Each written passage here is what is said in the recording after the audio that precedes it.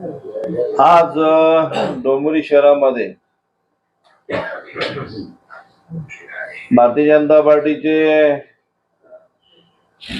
4 वेळा असलेले आमदार आणि भारतीय जनता पार्टीचे अध्यक्ष रवींद्र चव्हाण साहेबांनी आज आमच्या पदाधिकाऱ्याचा आज प्रवेश घेण्यात आलेला आहे.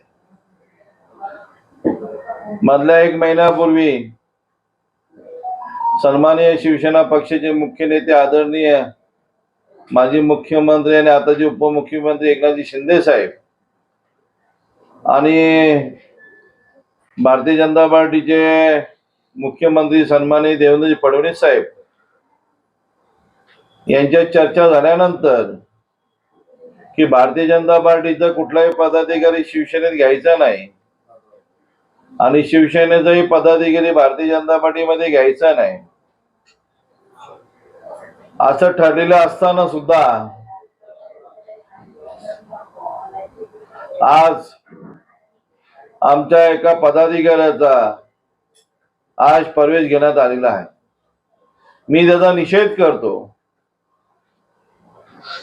आदरणीय अटल बिहारी वाजपेयी साहेब असतील, आदरणीय लालकृष्ण अडवाणी साहेब असतील आणि आदरणीय प्रमोदजी महाजन साहेब असतील आणि आमचे वंदनीय बाळासाहेब ठाकरे साहेबांनी या भारतीय जनता पार्टी शिवसेना हा महायुतीचा महायुती ही वर्षानुवर्ष या युतीच्या माध्यमातून आपण काम करत आहोत.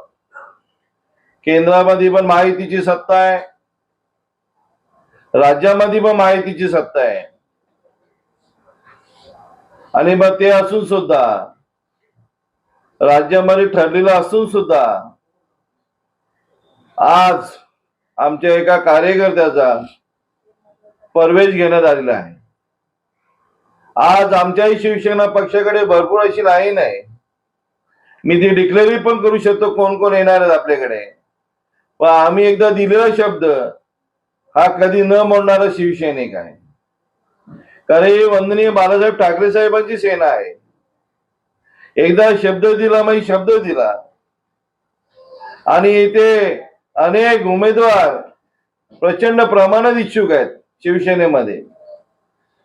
आज भारतीय जनता पार्टीकडे उमेदवार नसल्यामुळे 4 वेळा आमदार असून सुद्धा कुठल्याही संघटनेचा बांधणी न केल्यामुळे आज शिवसेना पक्षाचे उमेदवार फोडण्याचं काम रवींद्र चव्हाण साहेब करत आहे. अनेक प्रलोभन, अनेक